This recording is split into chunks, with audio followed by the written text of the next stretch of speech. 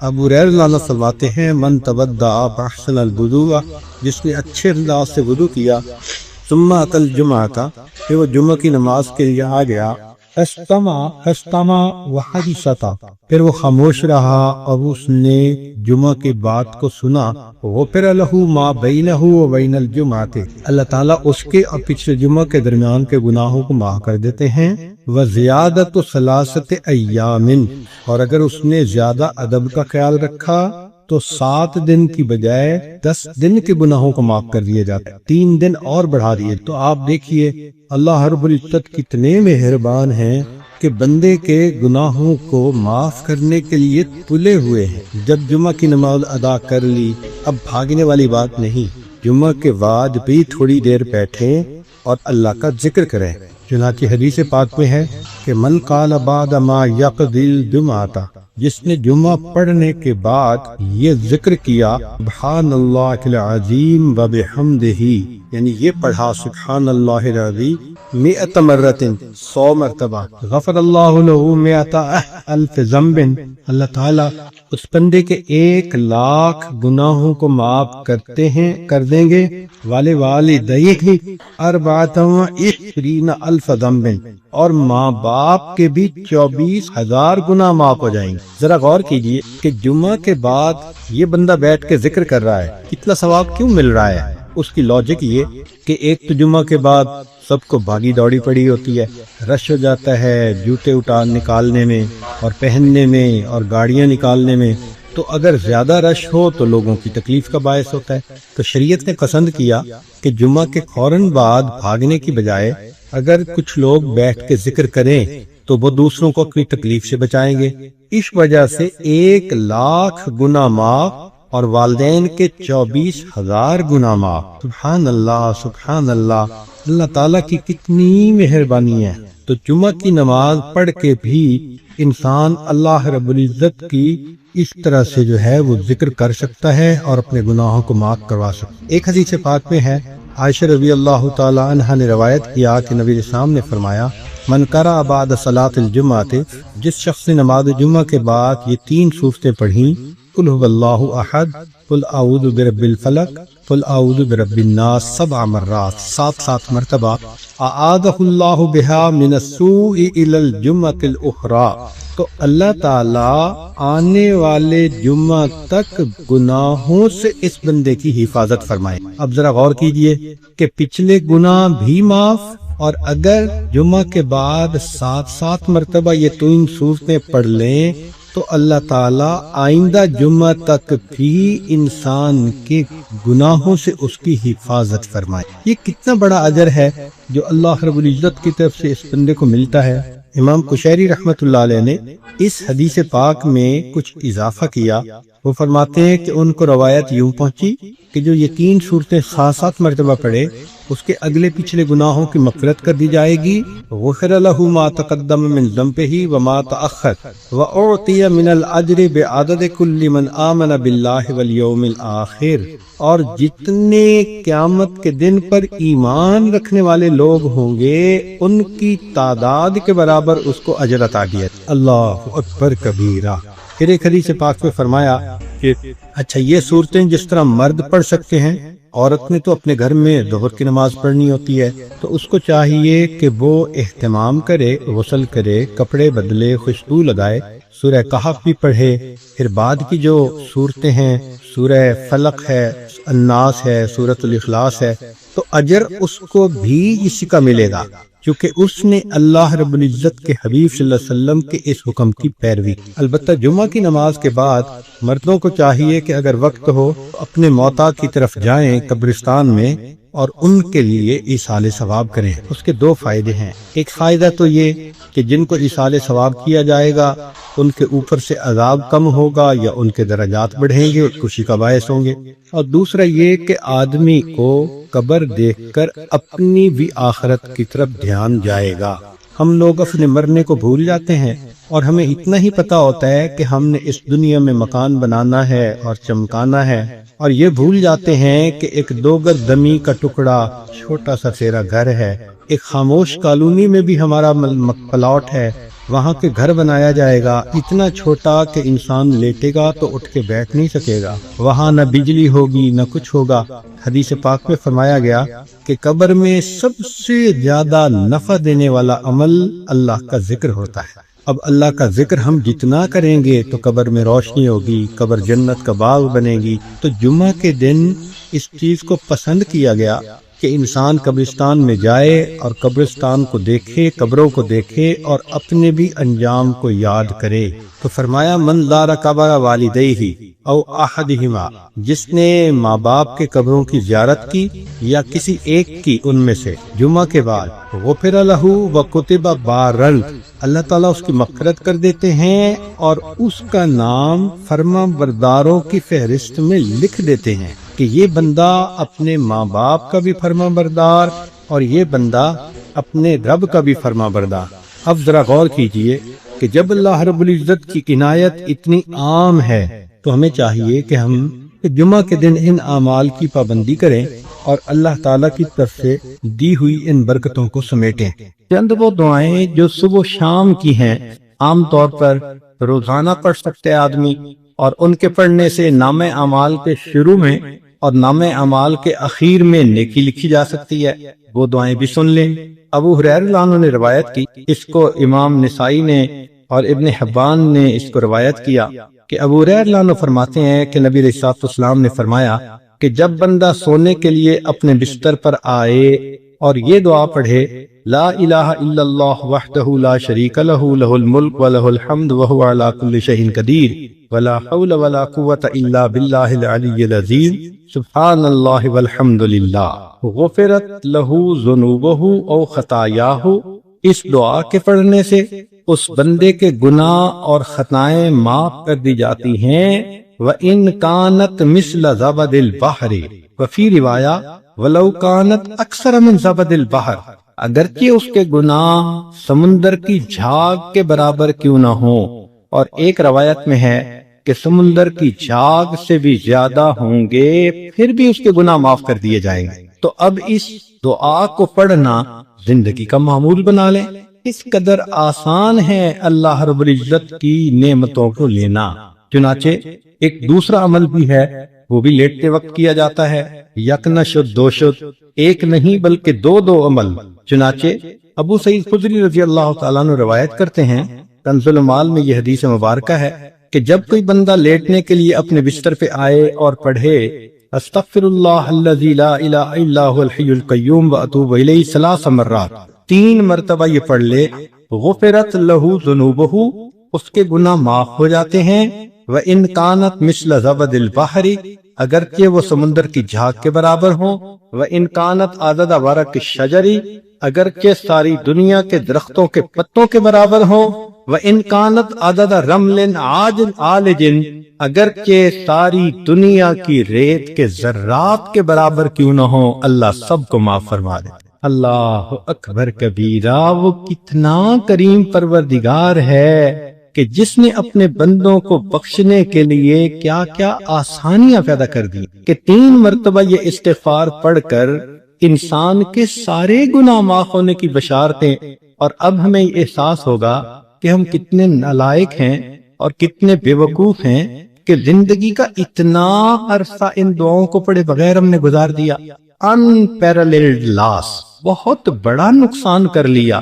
ہمیں واقعی اس پہ بہت شرمندہ ہونا چاہیے اللہ کے سامنے، اور بہت افسوس کرنا چاہیے، اور آئندہ اس چیز کی امپورٹنس کو دل میں بٹھا کے ان اعمال کو باقاعدگی سے کرنے کا اہتمام کرنا چاہیے۔ اچھا، یہ دعائیں تو 2 ایسی تھیں کہ لیٹتے وقت بندے نے پڑھ لی، تو اس کا مطلب یہ کہ جو صفحہ زندگی ہوگا اس کے آخر پر اچھائی لکھی ہوئی ہوگی۔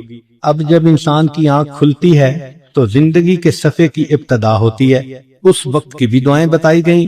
چنانچہ نبی علیہ الصلوۃ والسلام نے ارشاد فرمایا کہ جو بندہ بیدار ہو اور بیدار ہوتے وقت وہ یہ پڑھے لا الہ الا اللہ وحدہ لا شریک لہ، لا الہ الا اللہ وحدہ لا شریک لہ، لہ الملک ولہ الحمد وہو علی کل شیء قدیر، الحمدللہ وسبحان اللہ ولا الہ الا اللہ واللہ اکبر ولا حول ولا قوۃ الا باللہ ثم قال اللہم اغفر لی، یعنی جو بندہ صبح اٹھے اور یہ دعا پڑھے اور اس کے بعد کہے اللہم اغفر لی، اللہ میری مغفرت فرما دے، تو اللہ رب العزت اس پر اس بندے کی مغفرت فرما دیتے ہیں۔ بلکہ اس کے بعد فَإِن تَوَضَّأَ ثُمَّ صَلَّى قُبِلَتْ صَلَاتُهُ، اس دعا کے پڑھنے کی یہ خوبی یہ بھی ہے کہ اگر اس کے بعد اس نے وضو کیا اور فجر کی نماز پڑھی تو اللہ اس کی نماز کو بھی قبول فرما لے۔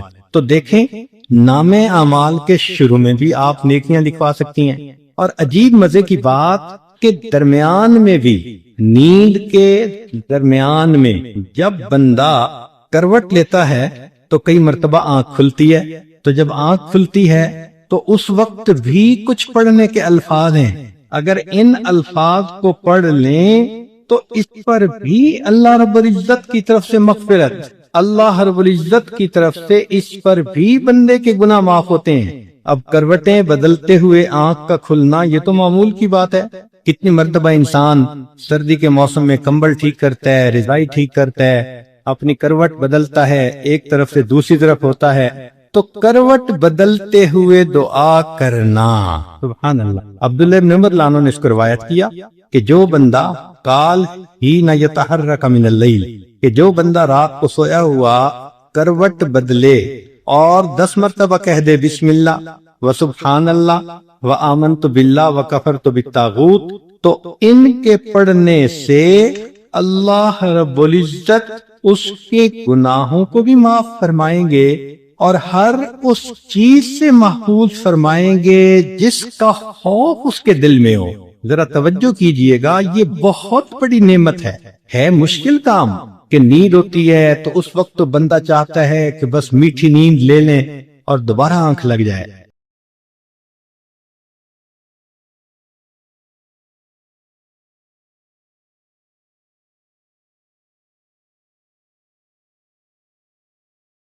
انسانی زندگی ہوا میں رکھے ہوئے چراغ کی مانند ہے۔ جس طرح ہوا میں رکھا ہوا چراغ ایک جھونکے کا محتاج ہوتا ہے، انسانی زندگی بھی ایک پل کی محتاج ہوتی ہے۔ زندگی کیا ہے تھرکتا ہوا ننھا سا دیا، ایک ہی جھونکا جسے آ کے بجھا دیتا ہے، یا سرے مجھگاں غم کا تھرکتا ہوا آنسو، پلک چھپکنا جسے مٹی میں ملا دیتا ہے۔ اس لیے کسی نے یہ کہا، زندگی انسان کی ہے مانند مرغ بے نوا، شاخ پر کچھ دیر بیٹھا چہچہایا اڑ گیا، کہ جس طرح ایک پرندہ کسی شاخ پر آ کر بیٹھتا ہے، تھوڑی دیر چہچہاتا ہے اور چلا جاتا ہے، یہی انسان کی زندگی کی مثال ہے کہ انسان اس دنیا میں تھوڑی دیر کے لیے آیا اور بالآخر اس دنیا سے چلا جائے گا۔ آپ نے دیکھا ہوگا کہ جب بچہ پیدا ہوتا ہے تو اس کے ایک کان میں اذان کہتے ہیں اور دوسرے میں اقامت کہتے ہیں۔ یہ اس بچے کو پیغام دے رہے ہوتے ہیں کہ تیری زندگی کی اذان بھی ہو گئی، تیری زندگی کی اقامت بھی ہو گئی، اب اقامت میں اور جماعت کے کھڑے ہونے میں جتنا فرق ہے اتنا ہی تیری زندگی ہے، لہٰذا تم اپنی زندگی اس طرح سے گزارو کہ ابھی میری نماز جنازہ قائم ہونے والی، اس لیے یہ حکم ہوا کہ تم دنیا میں ہو تو امتحان گاہ میں ہو۔ یہ دنیا سیر گاہ نہیں، تماشا گاہ نہیں، آرام گاہ نہیں، یہ امتحان گاہ ہے۔ افسوس کہ ہم نے اس کو چراگاہ بنا لیا۔ اللہ رب العزت نے مومن کا گھر آخرت میں بنایا ہے، اس کا انحصار انسان کے اعمال پر ہے۔ چنانچہ ہر انسان کا ایک گھر جنت میں بنتا ہے، ایک جہنم میں۔ جب موت کا وقت آتا ہے تو اگر وہ جنتی آدمی ہے تو اس کو اس کا جنت کا گھر دکھایا جاتا ہے، اس کے دل خوش ہوتا ہے اس کو دیکھ کے، اور اسی خوشی کے عالم میں اس کی روح کو قبض کر لیا جاتا ہے۔ اور برا انسان جب موت کے قریب پہنچتا ہے تو اس کو جہنم میں اس کا گھر دکھایا جاتا ہے، جس کی وجہ سے اس پر ایک خوف طاری ہوتا ہے، اور اسی خوف کی حالت میں اس بندے کی روح کو قبض کر لیا جاتا ہے۔ یہ بات ذہن میں رکھیے کہ دنیا مٹی گارے سے بنی اور فنا ہونے والی ہے، اور جنت سونے اور چاندی سے بنی اور ہمیشہ باقی رہنے والی ہے۔ ایک بزرگ فرمایا کرتے تھے کہ اے دوست، جتنا دنیا میں رہنا ہے اتنا دنیا کے لیے کوشش کر لے، اور جتنا آخرت میں رہنا ہے اتنا آخرت کے لیے کوشش کر لے۔ ہماری دنیا کی زندگی تو ہے 150 سال، اور آخرت کی زندگی ہمیشہ ہمیشہ۔ امام غزالی رحمۃ اللہ علیہ نے ایک مثال لکھی ہے کہ اگر زمین اور آسمان کے درمیان رائی کے دانے بھر دیے جائیں اور ایک فرندہ 1000 سال کے بعد آئے اور ایک دانہ کھائے، پھر 1000 سال کے بعد آئے دوسرا دانہ کھائے، پھر 1000 سال کے بعد آ کر تیسرا دانہ کھائے، ایک وقت آئے گا کہ زمین و آسمان کے درمیان رائی کے یہ سب دانے ختم ہو جائیں گے، آخرت کی زندگی کبھی ختم نہیں ہوگی۔ جب ہم نے اتنا وہاں جا کر رہنا ہے تو ہم سوچیں کہ ہمارے دن کی ترتیب کیا ہے۔ ہم تو اپنے 24 گھنٹے کا سکیجول ایسے بناتے ہیں کہ جیسے دنیا ہی میں رہنا ہے، اور آخرت کی تیاری کے لیے تو وقت نہیں نکالتے۔ اسی کو غفلت کہتے ہیں اور اسی کو دھوکہ کہتے ہیں۔ اس لیے دنیا کا نام ہے دار الغرور، دھوکے کا گھر۔ اور یہ دھوکہ صرف جاہلوں کو اور ان پڑھوں کو نہیں لگتا، یہ پڑھے لکھے عقل مندوں کو بھی لگتا ہے۔ وہ دنیا کی زندگی میں ایسے مست ہو جاتے ہیں کہ نمازوں کی فرصت ہی نہیں ہوتی۔ غور کریں تو آج کا ہر انسان اپنی جنت سجانے میں لگا ہوا ہے۔ میرا گھر ایسے ہو، میرا بزنس ایسے ہو، بیوی ایسی ہو، بچے ایسے ہوں، گاڑی ایسی ہو۔ ہر بندہ اپنے ذہن کے اندر ایک جنت سجا کر اس کو بنانے میں لگا ہوتا، اور اس کو یہ نہیں پتا کہ اللہ نے تو جنت آخرت میں سجائی ہے، دنیا میں تو ہم تیاری کے لیے تھے۔ اس کا اندازہ آپ کو اس بات سے ہوگا کہ آج ہر بندے کو یہ فکر ہوتی ہے کہ میرے بعد میرے بچوں کا کیا ہو۔ جس عورت کو دیکھ لو، جس مرد کو دیکھ لو، اس کے ذہن میں یہی فکر کہ میرے بعد میرے بچوں کا کیا ہوگا۔ کبھی ہم نے یہ بھی سوچا کہ بچوں کے مرنے کے بعد بچوں کا کیا ہوگا؟ تو ہماری سوچ تو ہے ہی دنیا کی۔ اسی لیے جب مرنے والا دنیا سے جاتا ہے تو اس پہ کوئی نہیں رو رہا ہوتا۔ کہتے ہیں کہ ایک نوجوان نیک آدمی تھا، وفات کے قریب گھر کے سارے لوگ رونے لگے۔ اس نے والد سے کہا کہ ابو کیوں روتے ہیں؟ اس نے کہا میرا جوان بیٹا فوت ہو رہا ہے، اب میرا سہارا کون بنے گا؟ ماں سے پوچھا، اس نے کہا بیٹا میں نے تمہیں پالا بڑا کیا، اب جب میرا وقت آیا کہ تم میری خدمت کرتے، تم جا رہے ہو۔ بیوی سے پوچھا، اس نے کہا کہ آپ میرے خامن ہیں، آپ فوت ہو گئے تو میری زندگی میں تو اندھیرا ہو جائے گا۔ بچوں سے پوچھا، انہوں نے کہا کہ ہمارے سر کا سایہ ہیں اور ہمارا سایہ ختم ہو گیا۔ اس نے کہا کہ اس کا مطلب یہ ہے کہ تم سب کے سب اپنے لیے رو رہے ہو، میرے لیے تو تم میں سے کوئی نہیں رو رہا۔ تو رونے والے بھی اپنے لیے روتے ہیں، مرنے والے کے لیے کون روتا ہے؟ الا ماشاء اللہ۔ اس لیے آج وقت ہے تیاری کرنے۔ جیسے سکول میں امتحان ہوتا ہے، ایک اے پیپر ہوتا ہے، ایک بی پیپر ہوتا ہے، دونوں میں پاس ہو جائیں تو بس اگلی کلاس میں چلے جاتے ہیں۔ یہی ہمارا حال کہ دنیا کی زندگی میں ہمیں تیاری کا حکم دیا گیا۔ قبر میں جائیں گے تو اے پیپر ہوگا اور اس میں 3 کوسچن پوچھے جائیں گے، تیرا رب کون ہے، تیرے نبی علیہ السلام کون ہے، تیرا دین کون سا ہے۔ اور جب انسان قیامت کے دن اٹھے گا پھر اس کا بی پیپر لیا جائے گا، اور بی پیپر کے اندر 4 کوسچن ہوں گے، تم نے زندگی کیسے گزاری، جوانی کیسے گزاری، کدھر سے کمایا، کہاں پہ خرچ کیا، اور تم نے اپنے علم پہ کتنا عمل کی۔ جو اے پیپر بی پیپر دونوں میں کامیاب، اس کو اللہ رب العزت پھر جنت کا گھر عطا فرمانا۔ مگر اس کا یہ مقصد نہیں کہ جی ہمیں تو ان سوالوں کے جوابات کا پتہ ہے تو ہم موت کے وقت جواب دے لیں گے، ایسا نہیں ہوگا۔ جیسے زندگی گزری ہوگی ویسا انسان قبر میں جواب دے سکے گا۔ جس نے دنیا میں نمازیں نہ پڑھی، جو بے پردہ پھرتی رہی، جس نے غیبت کی، لوگوں کے دل دکھائے، اللہ کی بندیوں کے لیے جو وبال جان بن کر پھرتی رہی، جب یہ قبر میں جائے گی تو یہ نہیں کہہ سکے گی کہ میرا دین اسلام ہے، اس کا تو طرز زندگی ہی اور تھا، تو اسلام کا نام کیسے لے سکے گی؟ جو بے پردہ پھرتی ہے وہ کیسے کہہ سکے گی کہ میں نبی علیہ الصلوۃ والسلام کو اپنا نبی مانتی، ان کی تعلیمات کو اپنایا نہیں، ان کی سنتوں کی طرف دھیان نہیں دیا، تو کیسے جواب دے سکے؟ تو اس لیے کتنے لوگ ہوتے ہیں جو موت کے وقت کلمہ پڑھنا چاہتے ہیں پڑھ نہیں پاتے۔ چنانچہ ایک ڈاکٹر ہیں، ڈاکٹر نور محمد صاحب ملتان کے ہیں، انہوں نے زندگی کے 35 سال ایمرجنسی وارڈ کے اندر ڈیوٹی کی۔ انہوں نے موت کے اوپر ایک کتاب لکھی ہے، اس میں وہ لکھتے ہیں کہ اس ایمرجنسی وارڈ میں تو لوگ آتے ہیں جو آخری لمحوں پر ہوتے ہیں اور بہت سارے فوت بھی ہو جاتے ہیں، تو جب بھی کوئی ایسا بندہ میرے سامنے آتا میں اسے کلمہ پڑھنے کی تلقین کرتا۔ وہ کہتے ہیں کہ میرا تجربہ یہ ہے کہ 100 میں سے 95 بندوں کو کلمہ پڑھنا نصیب نہیں ہوتا۔ تو ان سے پوچھا گیا کہ کیسے؟ وہ کہنے لگے کہ پہلے تو مجھے سمجھ نہیں لگتی تھی کہ یہ کیوں نہیں اونچا کلمہ پڑھتے جبکہ میں ان کو پڑھا بھی رہا ہوں۔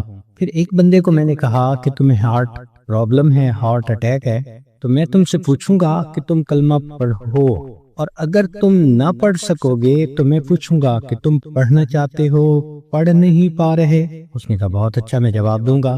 جب اس کی آخری کیفیت آئی تو میں نے اس سے پوچھا تو اس نے اشارے سے بتایا کہ میری زبان پہ فالج پڑ گیا ہے، اب میں بولنا بھی چاہتا ہوں، میری زبان بولتی نہیں۔ آج اللہ نے زبان کا کنٹرول ہمیں دیا، ہم چاہیں تو ایک دن میں ہزاروں دفعہ کلمہ پڑھ سکتے، لیکن جس عورت نے جیتے جاگتے کلمہ پڑھا ہی نہ، دن گزر گئے، ہفتے گزر گئے، مہینے گزر گئے، زبان پہ کلمے کا ورد جاری ہی نہیں ہوتا، دنیا کی باتیں، دنیا کی باتیں، دنیا کے فیشن، تو موت کے وقت اچانک کلمہ کیسے جاری ہو جائے گا؟ اس لیے اس سے پہلے کہ لوگ ہمیں کلمہ پڑھائیں، ہم اپنے اختیار سے کلمہ پڑھنے کی مشق کر لیں۔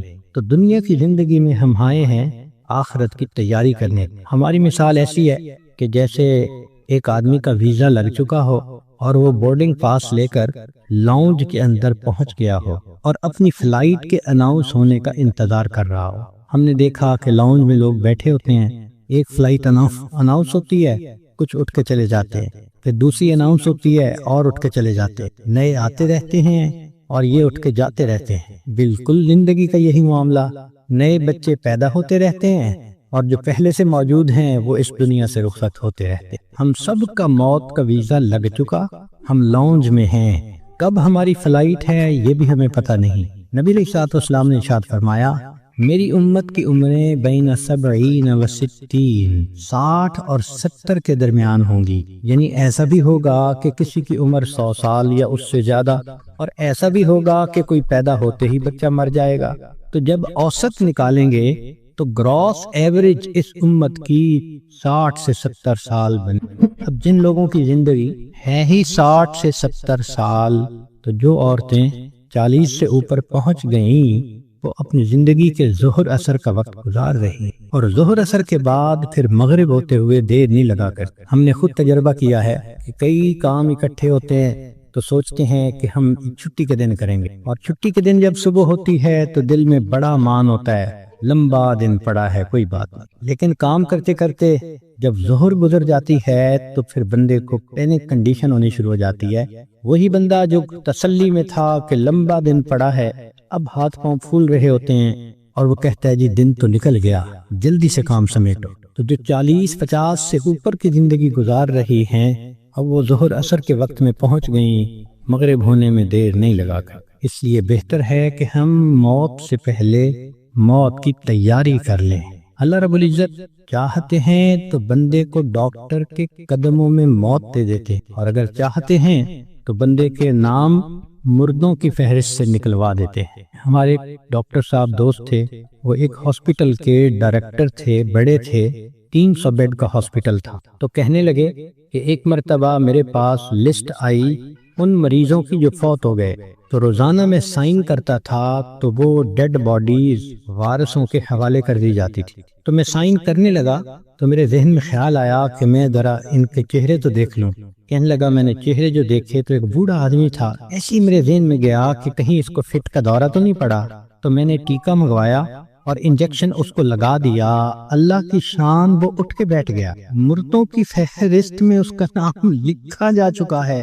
اللہ تعالیٰ چاہتے ہیں تو فہرست سے نام نکلوا دیتے۔ اور ایک اور ڈاکٹر صاحب کے بارے میں ہم جانتے ہیں کہ وہ اتنے ہارٹ اسپیشلسٹ ہیں کہ ملک کے صدر وزیر اعظم کے وہ ہارٹ اسپیشلسٹ ہوتے ہیں، VVIPs کے ہارٹ اسپیشلسٹ۔ ایک نوجوان آیا اور آ کے اس نے ان سے چیک اپ کروایا، تو ڈاکٹر صاحب نے پورا چیک اپ کرنے کے بعد ان کو کہا کہ your heart is functioning as good as that of a young man، کہ تمہارا دل تو ایک نوجوان بندے کے دل کی طرح ٹھیک کام کر رہا ہے۔ اس نوجوان نے ان سے اپنی فائل پکڑی اور پیچھے مڑ کر جو قدم اٹھایا وہیں اس کو ہارٹ اٹیک ہوا اور ڈاکٹر کی آنکھوں کے سامنے اس کی جان نکلی۔ اللہ تعالیٰ چاہتا ہے تو ڈاکٹر کے قدموں میں جان دے دیتا، موت دے دیتا ہے، اور اللہ تعالیٰ چاہتا ہے تو مردوں کی فہرست سے بندے کا نام نکلوا دیتا ہے۔ اور کئی مرتبہ انسان موت سے بھاگ کے جا رہا ہوتا ہے اور حقیقت میں موت کے قریب ہو رہا ہوتا ہے۔ چنانچہ سلیمان علیہ السلام کا دربار ہے،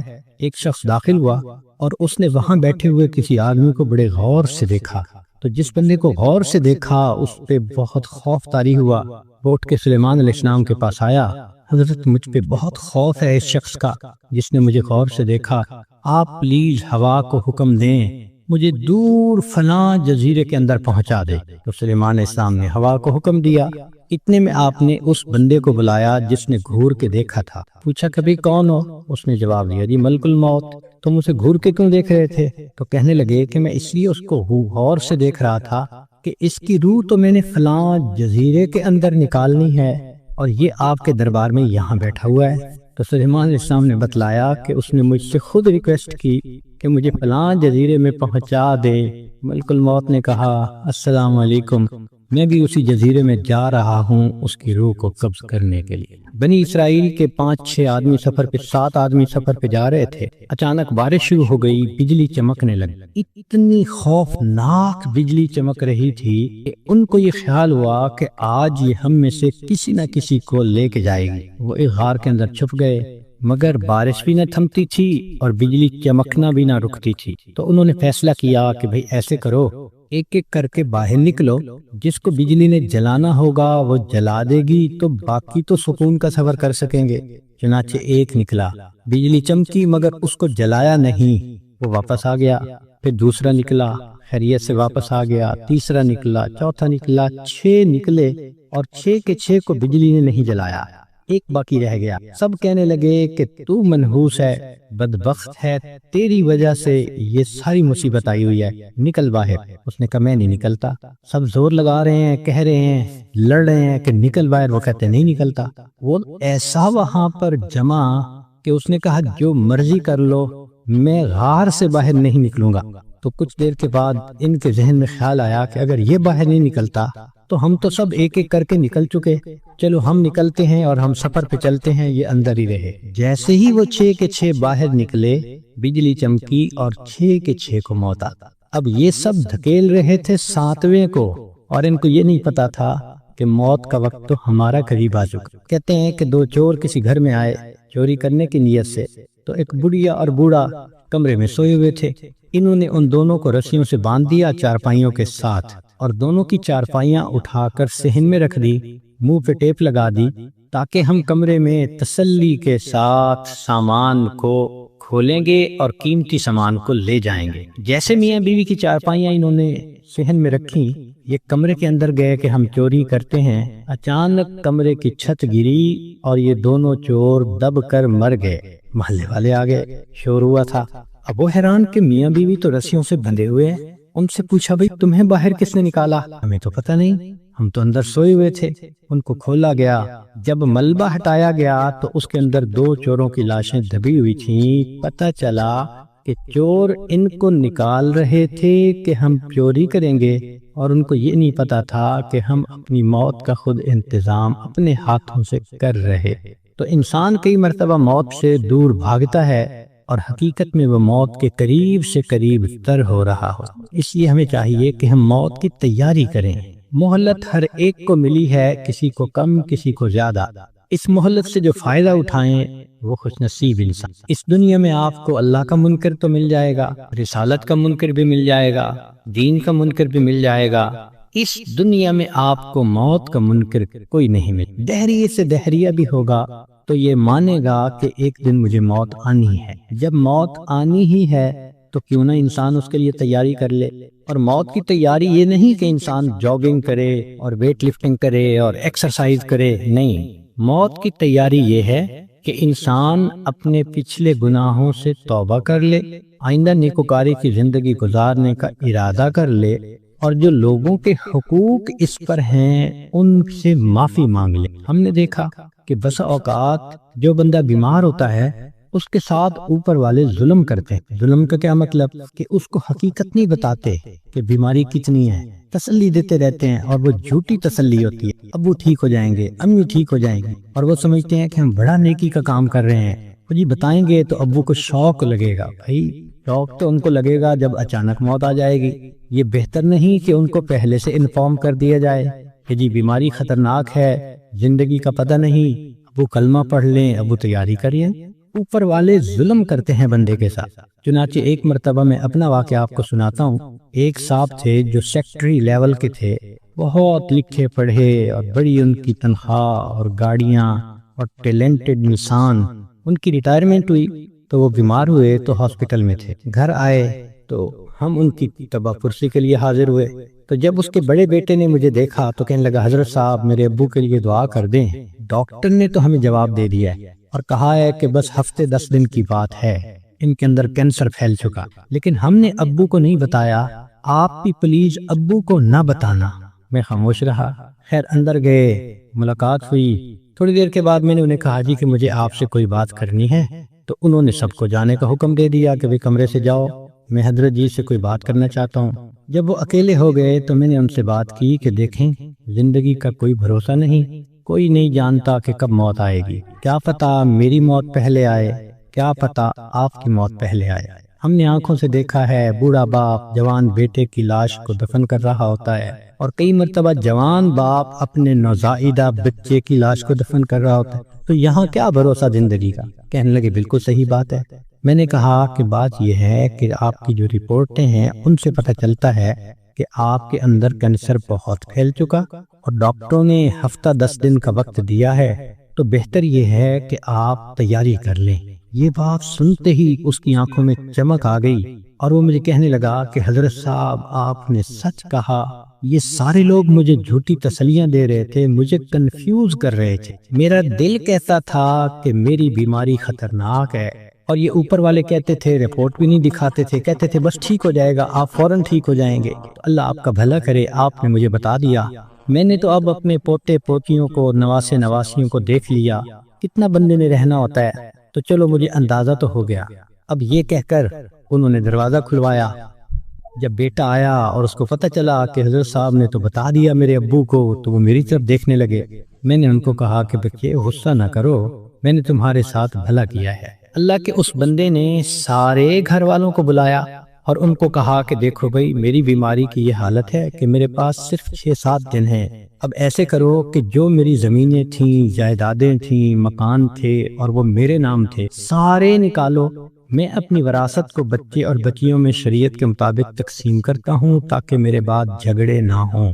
لو جی، 2 دن میں انہوں نے سب جائیدادوں کا بچوں کے نام انتقال کروا دیا تاکہ بچوں کے جھگڑے نہ ہوں آپس۔ پھر اس کے بعد انہوں نے کہا کہ میرا جی چاہتا ہے کہ میرے بچوں کے آپس میں رشتے ہوں، تو کچھ رشتے تھے جو انہوں نے پرپوز کیے اور ان کی وجہ سے انہوں نے آپس میں ہاں بھی کر لی۔ پھر تیسرا کام انہوں نے یہ کیا کہ کچھ رشتے داروں کی آپس میں ناراضگیاں تھیں، ان کو بلایا اور کہا کہ دیکھو بھائی، میں مہمان ہوں، میرے دل کی تمنا ہے کہ میں تمہیں آپس میں ایک دوسرے سے سلو کرتا ہوا دیکھوں۔ چنانچہ 15 20 سال سے جو ایک دوسرے سے رشتہ دار نہیں بولتے تھے، گھر آنا جانا نہیں تھا، انہوں نے ان سب میں سلو کروا دی۔ پوری برادری اتنی خوش تھی ان تمام باتوں پہ کہ جی اس بندے نے اتنا اچھا کام کر دیا، یہ ہماری برادری کا بڑا تھا، سب میں جوڑ پیدا کر دیا۔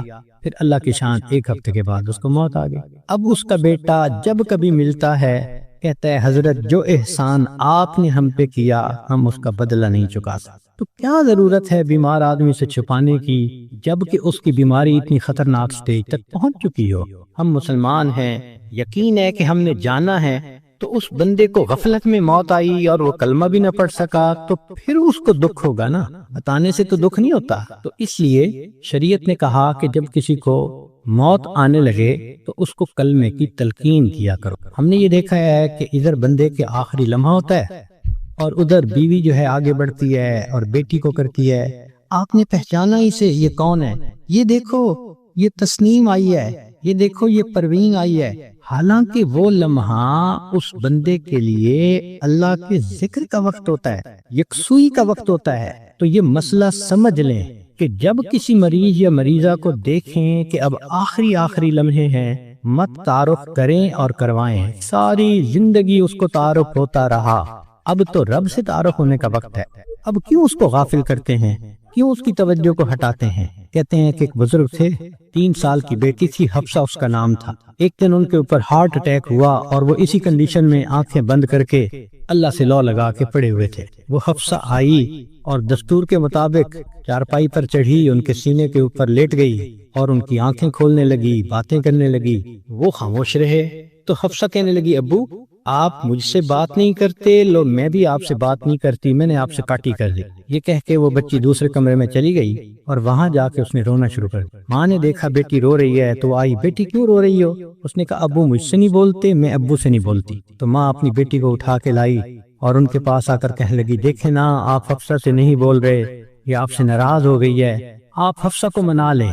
تو جب اس نے یہ بات کہی نا کہ آپ حفصہ کو منا لیں، تو ان بزرگوں نے آنکھ کھولی، فرمانے لگے، کون سی حفصہ اور کیسی حفصہ، ہم نے تو اپنے یار کو منا لیا، لا الہ الا اللہ محمد الرسول، اور ان کی روح پرواز کر گئے۔ تو آخری وقت میں تو یہ حفصاؤں کو پیچھے رکھیں، اس کو کلمہ یاد دلائیں، اس کا آخری لمحہ ہوتا ہے۔ زندگی میں تھوڑی محبتیں اس نے دکھائیں اور محبتیں کی، آخری وقت میں تو بندے پہ ظلم ہو رہا ہوتا ہے کہ اس کی توجہ اللہ کی طرف سے ہٹا کے دنیا کی طرف لگا رہے ہوتے ہیں۔ تو یہ ذہن میں رکھیں کہ جب کسی کو دیکھیں کہ اب آخری لمحہ ہے تو بس کلمہ پڑھیں اس کے سامنے، ذرا مناسب آواز سے لا الہ الا اللہ پڑھیں تاکہ اس کو کلمہ یاد آ جائے اور اللہ اس کو پڑھنے کی توفیق عطا فرمائے۔ اور یہ بھی ذہن میں رکھیں کہ ایک غلطی اور بھی ہوتی ہے کہ جب کسی کا آخری وقت قریب آتا ہے نا، اللہ ان ڈاکٹروں کو ہدایت دے، یہ اس کو نشے کا ٹیکہ لگا دیتے ہیں اور اپنے ذہن میں سوچتے ہیں کہ اس کو تکلیف نہیں ہوگی۔ تو اللہ کے بندے، تم نے نشے کا ٹیکہ لگا دیا، یہ کلمہ کیسے پڑھ سکے گا؟ ساری زندگی جس کی تمنا رہی کہ میں آخری وقت میں کلمہ پڑھ کے جاؤں، تم اس کو بے ہوش کر دو گے تو اس نعمت سے محروم کر دو گے۔ اس لیے جب آپ دیکھیں کہ اب آخری وقت ہے تو ڈاکٹروں کو منع کر دیں، ہاسپٹل میں ہو، گھر میں ہو، ڈاکٹر کو سختی سے کہیں کہ ڈاکٹر صاحب اس وقت آپ نے نشے کا ٹیکہ نہیں لگانا، تاکہ ہوش کے ساتھ یہ کلمہ پڑھ کے ایمان کے ساتھ دنیا سے رخصت ہو۔ اس وقت کی جو تکلیف ہوتی ہے وہ تو گناہوں کی معافی ہو جاتی ہے، تو یہ بھی غلطی ہو جاتی ہے، اس کا بھی بڑا خیال رکھیں۔ اور ایک آخری بات کہ ہم نے دیکھا کہ لوگ جب میت کا جنازہ پڑھتے ہیں تو اس وقت اعلان کرواتے ہیں، اور یہ اگر لین دین کا معاملہ ہو تو ان کے بیٹوں سے کر لو، اور اگر کسی کا کچھ دکھ دیا ہو، دل دکھایا ہو تو پلیز اللہ کے لیے سب معاف کر دیں۔ تو پہلی بات تو یہ بتائیں کہ جن کا اس نے دل دکھایا کیا وہ اس کا جنازہ پڑھنے آئے ہوں گے؟ اور دوسری بات کہ اگر اس نے رشتہ دار عورتوں کا دل دکھایا تو عورتیں تو ویسے ہی جنازہ پڑھنے نہیں آتی۔ تو موت کے بعد اعلان کروانے کا اتنا فائدہ نہیں، لطف اور مزہ تو یہ ہے کہ زندگی میں یہ معافی مانگے۔ کم لوگ ہوتے ہیں جو اپنی زندگی میں لوگوں سے معافی مانگ لیتے۔ ہمارے ایک بزرگ تھے، سفید ریش ہو گئے تھے، ان کی ایک خوبصورت عادت تھی، وہ جس کسی سے ملتے تو الوداع ہوتے ہوئے فرماتے، آپ کے تو میرے اوپر بہت حقوق ہیں، میں کمزور ہوں، ادا نہیں کر سکا، آپ مجھے اللہ کے لیے معاف کر۔ شریعت کہتی ہے کہ جب کہنے والے نے یہ کہا اور سننے والے نے آگے سے مسکرا دیا تو بس اس نے گویا معاف کر دیا۔ وہ ہر کسی سے معافی مانگتے تھے، بڑے سے بھی، چھوٹے سے بھی، ہر کسی سے۔ تو مرد بھی اس عادت کو اپنائیں، عورتیں بھی اس عادت کو اپنائیں۔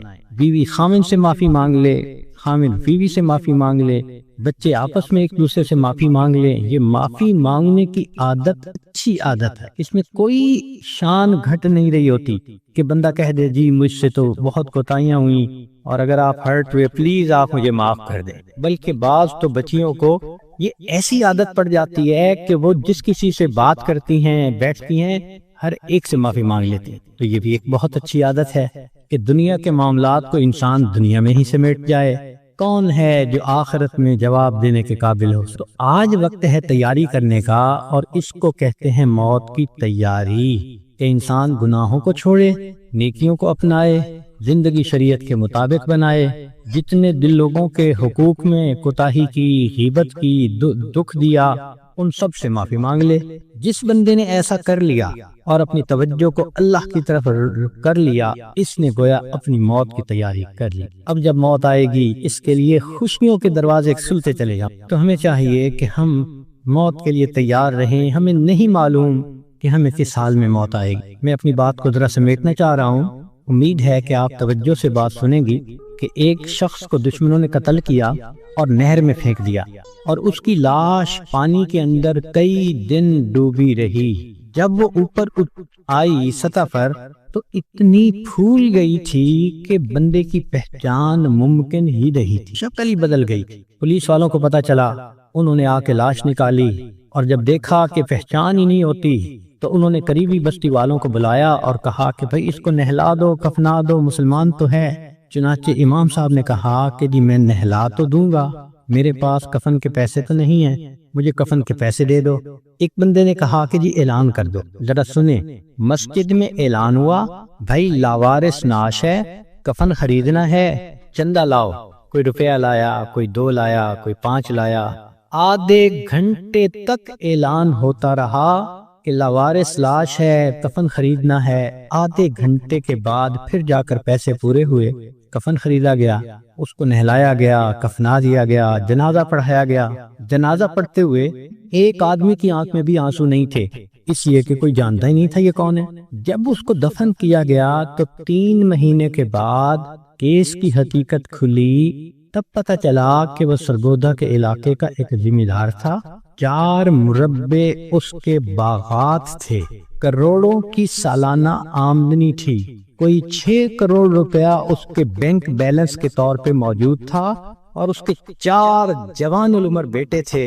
اس لینڈ لارڈ نے کبھی سوچا بھی نہیں ہوگا کہ میں کروڑوں پتی بندھا جب دنیا سے جانے لگوں گا تو چندے کا کفن لے کے جاؤں گا۔ اس کو کہتے ہیں وارث مان نہ کری وارثاں دا، رب بے وارثا کر مار دے، کہ وارث تم اپنے وارثوں کا مان نہ کرنا، اللہ بندے کو لاوارث کر کے مار دیتے ہیں۔ ہمیں کیا پتا کس سال میں موت آئے گی، آج وقت ہے اس موت کی تیاری کرنے کا۔ اس لیے امام غزالی رحمۃ اللہ فرماتے ہیں، اے دوست تجھے کیا معلوم کہ بازار میں وہ کپڑا پہنچ چکا ہو جسے تیرا کفن بننا ہے، ہم نہیں جانتے کب ہمارا کفن بازار میں آ جائے گا۔ لوگ شادی اور بیاہ میں مشغول ہوتے ہیں اور ان کو نہیں پتا ہوتا ان کے کفن کا کپڑا پہنچ چکا ہو۔ اس لیے چاہیے کہ ہم موت کی تیاری کریں، نیکی کریں، جھوٹ کی زندگی سے بچیں، سچ کی زندگی کو اختیار کریں، نبی علیہ السلام کی ایک ایک سنت کو اپنائیں تاکہ موت کے لیے ہم بھی تیار رہیں۔ کیا معلوم کب جانا پڑ جائے۔ ہمارا حال تو وہی ہے کہ بارات پہنچ گئی تھی اور لڑکی والے لڑکی کے کان سلوانے گئے ہوئے تھے کہ جی ہم نے کانوں میں بالیاں ڈالنی ہیں۔ جیسے اس لڑکی والوں کو شرمندگی ہوئی، وہی حال ہمارا ہے کہ ملک الموت پہنچ جائیں گے اور ہم نے ابھی تیاری ہی نہیں کی ہوگی۔ ہم نے کتنی بار آنکھوں سے دیکھا جوان العمر بیٹا چارپائی کے اوپر لیٹا ہوا ہوتا ہے، ماں آگے بڑھتی ہے، بیٹے تجھے کیا ہوا، مجھے بتاؤ تو صحیح۔ بیٹا خاموش ہوتا ہے، ماں رو کر کہتی ہے، بیٹے تم تو میری ہر بات پہ لبیک کہا کرتے تھے، تم میرے اتنے فرما بردار بیٹے تھے، کیا ہوا؟ بیٹا اپنی اماں سے نہیں روٹھا کرتے، نہیں خفا ہوتے، بتاؤ تمہیں کیا ہوا؟ بچہ خاموش ہوتا ہے، بالآخر بیوی آگے بڑھتی ہے، میرے سرتاج، میرے ہمراز، مجھے تو بتائیے کیا ہوا؟ اگر آپ میری کسی بات پہ خفا ہیں میں آپ سے سوری کر لیتی ہوں، معافی مانگ لیتی ہوں، مجھے بتائیں کیا ہوا؟ نوجوان خاموش ہوتا ہے، بہن آگے بڑھتی ہے، میرے ویر مجھے بتائیں تو صحیح کیا ہوا؟ خاموش ہوتا ہے، بہن کہتی ہے کہ مجھے بتائیں، میں ابھی ڈاکٹر کو بلواتی ہوں، مگر جوان کوئی جواب نہیں دیتا۔ بیٹی آگے بڑھتی ہے، ابو مجھے بتائیں تو صحیح کیا ہوا؟ ابو میں آپ کی بیٹی ہوں، میں آپ کی خدمت کے لیے 24 گھنٹے حاضر ہوں، کچھ کھانا ہے یا پینا ہے مجھے بتائیے، کوئی کام ہے مجھے بتا دیجئے، ابو مجھے بتائیں تو صحیح کیا ہوا؟ باپ خاموش ہوتا ہے، بیٹی روتی رہ جاتی ہے، ماں پھر آگے بڑھتی ہے، بیٹے میں نے کال کر دی ہے، ابھی ڈاکٹر کو بلواؤں گی، تمہارا علاج کرواؤں گی۔ بیٹا خاموش ہوتا ہے، اسی خاموشی کی حالت میں ماں دیکھتی ہے، آنکھیں کھلی رہ گئی، روح نکل گئی، وہ اپنے کانپتے ہاتھوں کے ساتھ جوان بیٹے کی آنکھوں کو انگوٹھے رکھ دیتی ہے۔ اس ماں نے کبھی سوچا بھی نہ تھا میں بڑھاپے میں جوان بیٹے کی آنکھیں بند کروں گی۔ جب بچے کی روح نکل جاتی ہے، سب رو رہے ہوتے ہیں، کہنا شروع کر دیتے ہیں، میت کو فلاں کپڑے میں رکھ دو، تھوڑی دیر پہلے یہ کسی کا باپ تھا، یہ نوجوان کسی کا بیٹا تھا، کسی کا بھائی تھا، کسی کا خاوند تھا، اب کیا ہوا؟ سب نے اس کو میت میت کہنا شروع کر دیا، تو جواب ملے گا اصلی انسان تو چلا گیا، یہ اس کا جسم باقی ہے، اس کو بھی ہم اس کے اصلی گھر پہنچائیں گے۔ چنانچہ اس کو نہلا دیا جاتا ہے، کفنا دیا جاتا ہے اور جنازے کا اعلان کر دیا جاتا ہے۔ اس کو لینے کے لیے کئی رشتہ دار کمرے کے اندر آ جاتے ہیں۔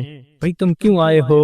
ہم اس کو اس کے اصلی گھر پہنچانے کے لیے۔ بھئی یہ گھر بھی تو اسی کا تھا، اسی نے پلاٹ خریدا، اسی نے نقشے بنوائے، اسی نے کمرہ بنوایا، اسی نے یہ مکان بنوایا، ماربل لگوایا، کہاں کہاں سے فرنیچر ڈھونڈا، کہاں کہاں سے بجلی کی فٹنگ خرید کے لایا، ابھی تو دیواریں بھی میلی نہیں ہوئی، تم اس کو لینے آ گئے ہو۔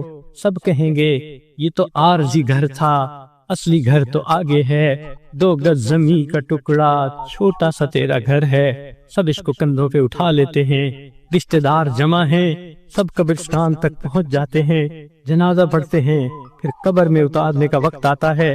شریعت کا یہ حکم ہے کہ جو قریب ترین رشتہ دار ہو وہ قبر میں اتارے۔ ہم نے اپنی آنکھوں سے یہ منظر دیکھے، جوان بیٹے کو باپ قبر میں اتار رہا ہوتا ہے، بھائی کو بھائی قبر میں اتار رہا ہوتا ہے۔ اللہ کی شان، یہ تو شریعت کی مہربانی ہے، اس نے عورتوں کو منع کر دیا کہ تم جنازے میں اور قبرستان میں مت جاؤ۔ اگر کبھی عورتوں کو بھی حکم ہوتا کہ تم جاؤ اور اپنے بیٹے کو دفن کر کے آؤ، مجھے تو لگتا ہے کتنی مائیں ہوتی جو جوان بیٹے کے ساتھ خود بھی دفن ہونا پسند کرتی۔ کیسی عجیب اللہ تعالیٰ نے مردوں کو ہمت دی ہوتی ہے، جوان بیٹے کو جس کے جسم پہ کبھی میلا کپڑا بھی باپ برداشت نہیں کرتا تھا، آج اس کو زمین پہ لٹا دیتا ہے، اپنے ہاتھوں سے مٹی ڈال دیتا ہے، بھائی مٹی ڈالتے ہیں، دوست مٹی ڈالتے ہیں، منو مٹی کے نیچے اس کو دبا کے اللہ کے حوالے کر کے آ جاتے ہیں۔ جب اللہ کے حوالے ہونا ہی ہے، اے انسان تو اپنے آپ کو آج اللہ کے حوالے کر دے۔ اللہ میں اپنے آپ کو آپ کے حوالے کرتی ہوں، جو آپ کا حکم ہوگا میں اس پہ چلوں گی، جو گناہ ہوگا میں اس سے بچوں گی۔ آج حوالے کریں گے تو اس کا فائدہ ہوگا۔ چنانچہ انسان کو بالآخر اللہ کے حضور جانا ہی ہے۔ حضرت علی عنہ فرمایا کرتے تھے، موت کی تکلیف کینچیوں سے کتر دینے سے زیادہ سخت ہوتی ہے، موت کی تکلیف دیگ میں بھون دینے سے زیادہ سخت ہوتی ہے۔ اگر موت کی تکلیف کا اندازہ لگانا ہو تو آپ عورتوں کو تو بہت آسانی سے لگ سکتا ہے۔ کئی مرتبہ آگ پہ کھانا بناتے ہوئے آپ کی انگلی جلی ہوگی، کتنے دن اس کی تکلیف رہتی ہے۔ کیوں کہ جہاں سے انگلی جلی وہاں کے گوشت سے روح سمٹ کر باقی جسم کے اندر آ گئی۔ اگر اتنی تھوڑی سی جگہ سے روح سمٹ گئی، اتنی تکلیف ہے۔ جب پورے جسم سے روح سمیٹ لی جائے گی، اس وقت تکلیف کیا ہوگی، ذرا اس کو یاد کر لیجئے۔ آج وقت ہے ہم اس کی تیاری کر لیں، پھر موت کے وقت تکلیف ایسی نہیں ہوگی۔ چنانچہ حدیث پاک میں آتا ہے، جب مومن کی موت کا وقت آتا ہے، اللہ تعالیٰ ملک الموت کو بھیجتے ہیں، جنت کے فرشتوں کو بھی بھیجتے ہیں، وہ جنت کی خوشبوؤں کے رومال بھی لے کے آتے ہیں اور اس بندے کے سینے پہ خوشبوؤں والا رومال رکھ دیتے ہیں۔ اس بندے کو جنت کی خوشبو آتی ہے، اس کا دماغ معطر ہو جاتا ہے اور اس کی روح کو ایسے قبض کرتے ہیں جیسے مکھن میں سے بال نکال لیتے ہیں۔ جب اس کی روح کو لے کے چلے جاتے ہیں، اللہ تعالیٰ فرشتوں کو حکم فرماتے ہیں، دیکھو یہ میرا نیک بندہ تھا، روح کو قبض کر لیا گیا، اب جدھر سے اس کا جنازہ گزرے گا تم راستے کے دونوں طرف ادب سے کھڑے ہو جاؤ۔ سبحان اللہ، مومن کی کیا شان ہے، جہاں جہاں سے جنازہ گزرتا ہے فرشتے راستے کے دونوں طرف ادب سے کھڑے ہوتے ہیں۔ حدیث پاک میں آتا ہے، جس جگہ یہ بیٹھ کر نماز پڑھتا تھا زمین کا وہ ٹکڑا رو رہا ہوتا ہے، جہاں قرآن پڑھا کرتا تھا زمین کا وہ حصہ رو رہا ہوتا ہے، آسمان کے وہ دروازے روتے ہیں جہاں سے اس کے لیے رزق اتارا جاتا تھا۔ سبحان اللہ، یہ اللہ کے عاشق کی موت ہے، اس لیے کہا گیا کہ عاشق کا جنازہ ہے، ذرا دھوم سے نکلے، محبوب کی گلیوں سے ذرا گھوم کے نکلے۔ یہ عاشق کا جنازہ جا رہا ہے، پھر اس کو جب دفن کیا جاتا ہے، حدیث پاک میں آتا ہے، اللہ تعالیٰ فرشتوں کو فرماتے ہیں، یہ میرا بندہ دنیا سے تھکا ماندہ آیا ہے، جاؤ اور اس کو جا کر کہہ دو، نم کنومت العروس، دلہن کی نیند سو جا۔ فرشتہ آ کے خوشخبری دے دیتا ہے، تم دلہن کی نیند سو جاؤ۔ یہاں محدثین نے نکتہ لکھا، یہ کیوں نہ کہا میٹھی نیند سو جاؤ، آرام کی نیند سو جاؤ، گہری نیند سو جاؤ، یہ کیوں کہا کہ دلہن کی نیند سو جاؤ؟ تو اس کا جواب انہوں نے یہ دیا کہ دلہن جب پہلی رات اپنے کمرے میں جا کر سوتی ہے، اس کو وہی جگاتا ہے جو اس کا خاوند، اس کا محبوب ہوتا ہے۔ یہ مومن آج قبر میں دلہن کی نیند سو رہا ہے، کل قیامت کا دن جب ہوگا اس کو وہی جگائے گا جو اس کا محبوب حقیقی ہوگا۔ چنانچہ مومن قبر سے اٹھے گا، آواز آئے گی، یا ایتھا النفس المطمئنہ ارجعی الی ربک راضیۃ مرضیہ فادخلی فی عبادی وادخلی جنتی۔ مومن کی آنکھ کھلے گی، اللہ تعالیٰ مسکرا کر اس کا استقبال کریں گے۔ یہ کیسا خوش نصیب انسان ہے کہ جس نے اچھی زندگی گزاری، آج یہ دنیا سے آخرت کی طرف کامیاب ہو کر چلا گیا۔ اللہ تعالیٰ ہمیں بھی ایسی کامیابی والی زندگی گزارنے کی توفیق عطا فرمائے۔ وآخر دعوانا ان الحمدللہ رب العالمین۔ کچھ مستورات کی طرف سے یہ پیغام تھا، وہ توبہ طائب ہونا چاہتی ہیں، بیعت کرنا چاہتی ہیں، تو دل میں یہ نیت کر لیجئے کہ ہم زندگی کے پچھلے سب گناہوں سے سچی پکی توبہ کر رہی ہیں اور آئندہ نیکوکاری کی زندگی گزارنے کا دل میں ارادہ کر رہی ہیں۔ جیسی نیت ہوتی ہے ویسی مراد مل جاتی ہے۔ نیت کیجئے اللہ ہمیں آئندہ سچی اور سچی زندگی گزارنے کی توفیق عطا فرما۔ الحمدللہ وکفا وسلام علی عبادہ الذین اصطفیٰ، اما بعد۔ یہ کلمات جو میں پڑھوں گا پیچھے پیچھے پڑھتی جائیے۔ بسم اللہ الرحمن الرحیم، لا الہ الا اللہ محمد الرسول اللہ، آمنت باللہ وملائکتہ وکتبہ ورسلہ والیوم الآخر والقدر خیرہ وشرہ من اللہ تعالی والبعث بعد الموت۔ آمنت باللہ کما ہوا باسمائہ وصفاتہ وقبلت جمیع احکامہ اقرار باللسان وتصدیق بالقلب۔ اشہد ان لا الہ الا اللہ واشہد ان محمدا عبدہ ورسولہ۔ استغفر اللہ ربی من کل ذنب